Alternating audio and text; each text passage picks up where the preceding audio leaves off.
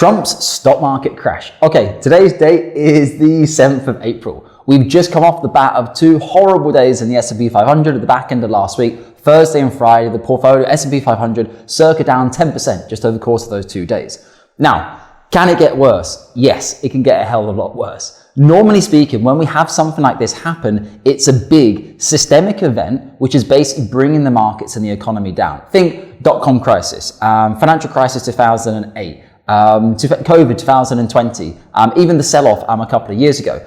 These are all normally things which are generated by some huge event which involves millions of people or potentially billions of people at the same time. But not this time. And that is why there is the danger that this time can feel different. This time is different. It is different. This time it's being controlled by one individual. One orange man is effectively bringing the markets down and has even given something of a warning that he was going to be doing this. However, it does not make it different to every other time in history that the markets have gone down. Now, a lot of people get scared, and it's completely normal. It's completely normal to feel scared, worried, anxious, to feel upset that you've lost a year's worth of growth. You've checked your portfolio, so happy to go. Now, boom, you've lost that growth, and you think everything is over. However, the idea of moving to cash is it's some of the worst financial advice you can take at a period where there's such high levels of volatility. The problem with moving to cash is that you need to make two very, very good decisions. And it's similar to the phrase called catching the falling knife twice, I should say. Because you have to get yourself out of the market at exactly the right time, selling high, as people say. You then need to go back into the market and buy low. But how are you going to decide when those dates are and when those times are? Getting out of the market is easy, as it's famously said in the industry. Getting back into the market is extremely hard. So if you come back into cash, you then have to understand when you're going to re-enter the market. But unfortunately, when you have large volatility of markets dropping rapidly and markets rallying rapidly, these events happen in a very short space of time. We are typically, if you look back at all the previous crises, and we use the S&P 500 as the example, the rallies that have come after the period's downward volatility come rather quickly after the downward volatility. So you would literally need to be trading out and probably trading back in quite a short time period in order to catch this elusive strategy of selling high and buying low. And obviously, as you'll know, if you've done your reading online, go and Google it. The majority of active fund managers in the UK, the people who sit with the professional Bloomberg terminals, probably even have somewhat inside information of the industry. They meet with CEOs for dinner, they run hedge funds, they run whatever, have underperformed the market by people just holding the S&P 500 or whatever the global index is. So that's an extremely important point to understand here. And so many people will sell you the dream. Oh yeah, we're actively managing, we're doing this, we're doing that.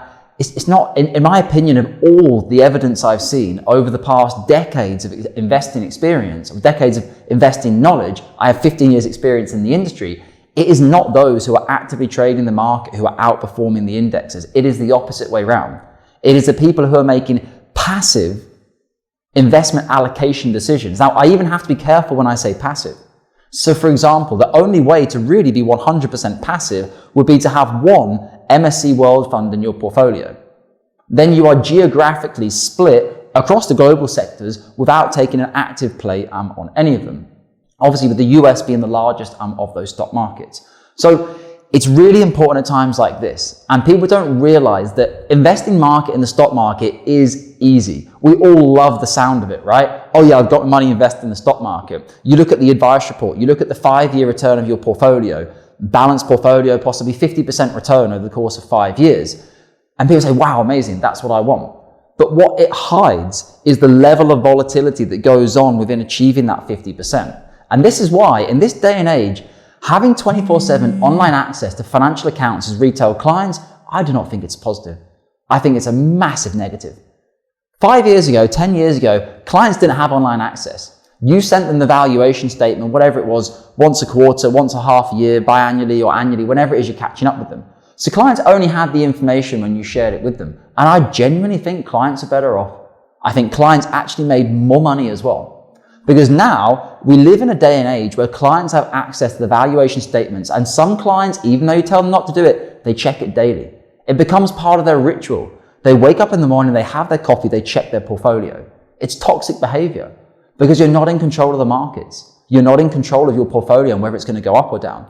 I, Dominic James Murray, CEO and founder of Cameron James, 15 years experience, I have no idea whether the markets are going to go up or down tomorrow. Now, currently with what Trump's doing, you could assume there could be some more downward volatility to come, but nobody knows how quickly and how hard and when the markets are going to rally back. And I think this is a big part of investing, that it's about the emotional decisions that are more important.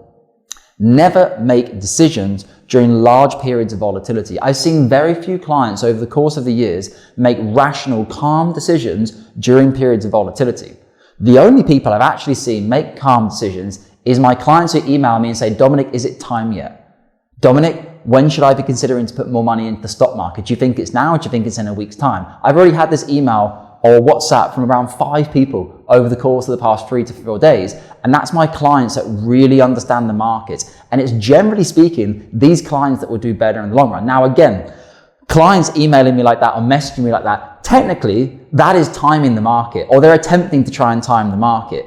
Here at Cameron James, with the firm believers, as per all empirical research online, it is time in the market, not timing the market, that counts. However, when Trump does introduce tariffs, when you do have COVID-19 and markets drop by circa 30%, it presents an opportunity.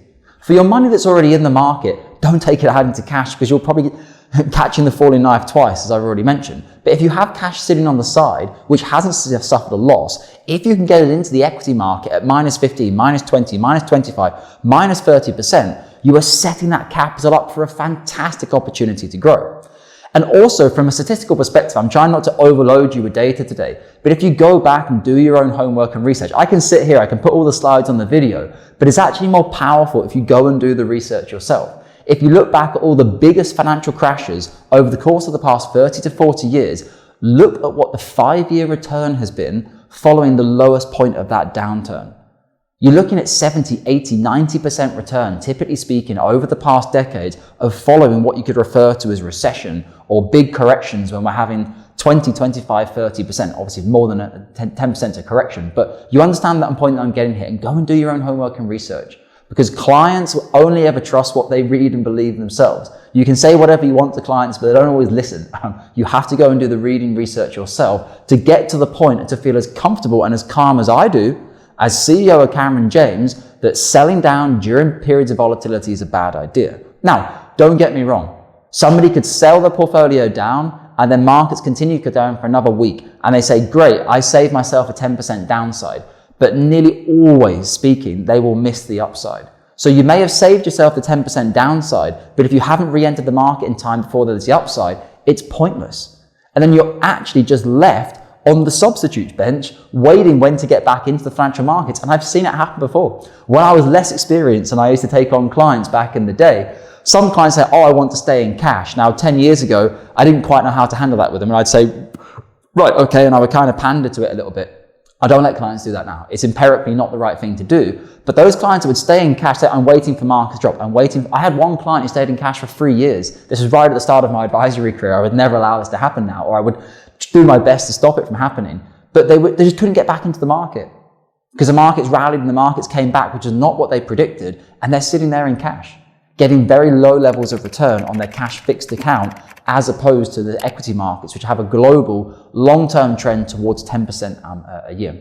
Don't get me wrong, guys. It doesn't mean I understand your concern, your worries, markets are dropped. And the funny thing that clients do as well is they stop talking in percentage terms and they start talking in monetary terms. Dominic, my portfolio is £50,000 down, rather than, Dominic, my portfolio is 2.5% down, which is actually quite reasonable. A 2.5% drop in the market is not unusual. Here's another statistic for you. Being 10% down in the stock market happens on average 63% of every single stock market year. Okay, once we get down to being down 20, 25% down in terms of a portfolio per year, this doesn't happen every year. And you're getting into the more esoteric years, it's around 23% chance of that happening, or 23% of the time that happens in years. So you can understand here, but again, go and do the research of how the markets rally afterwards. And if you think you know when to come out of the market and when to go back into the market, go and do it with what we refer to as your dicking around fund.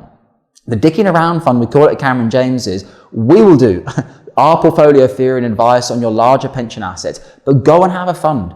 5%, 10%, 20% of your portfolio value, whatever it is, go and do it independently. You don't need us. You can go and do it on a GIA account. Trade the money and compare the returns over a 5, 10, 15, 20-year period of working with us. But again, if you trade in that account and you get it wrong, it's not going to ruin your retirement. If you trade in that account and you get it right, it's also not going to resolve your retirement. You won't be able to retire just because on your small GIA account you were dicking around and you got it correct. But be very, very careful in saying things like, oh, the writing was on the wall, it was obvious. Because I can tell you now, in financial planning and markets, everything is obvious in hindsight.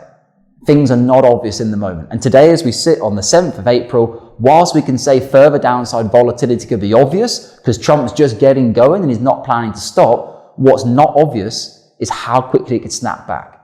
How quickly markets could go up by 5, 10, 15, 25%. We've seen it before.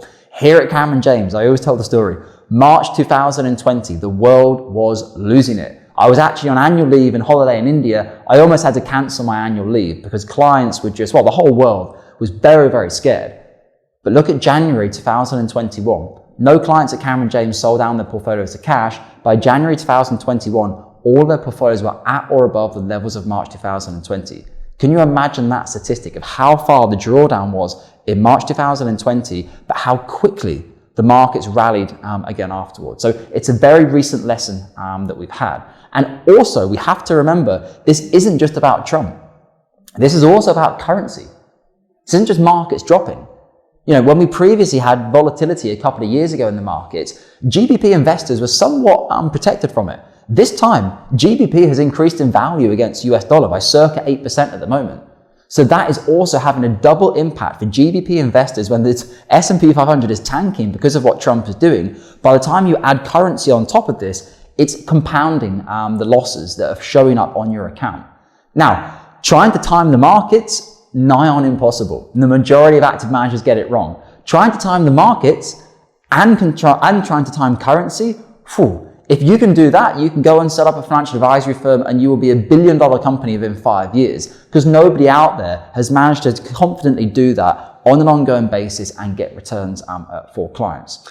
I hope today's video is useful for you. I know it's scary times right now, but stay focused on the areas you can control. Cash planning, financial planning, ISAs, JISAs, wills, mortgages, 401ks, IRAs, your plans, your children, your grandchildren, whatever you can control in your life, control it. Stop worrying about the things you cannot control, which is the stock market and an orange man running around and basically making up tariffs out of thin air based on very little rationale and economic reasoning. And as always, take care of your UK pension assets.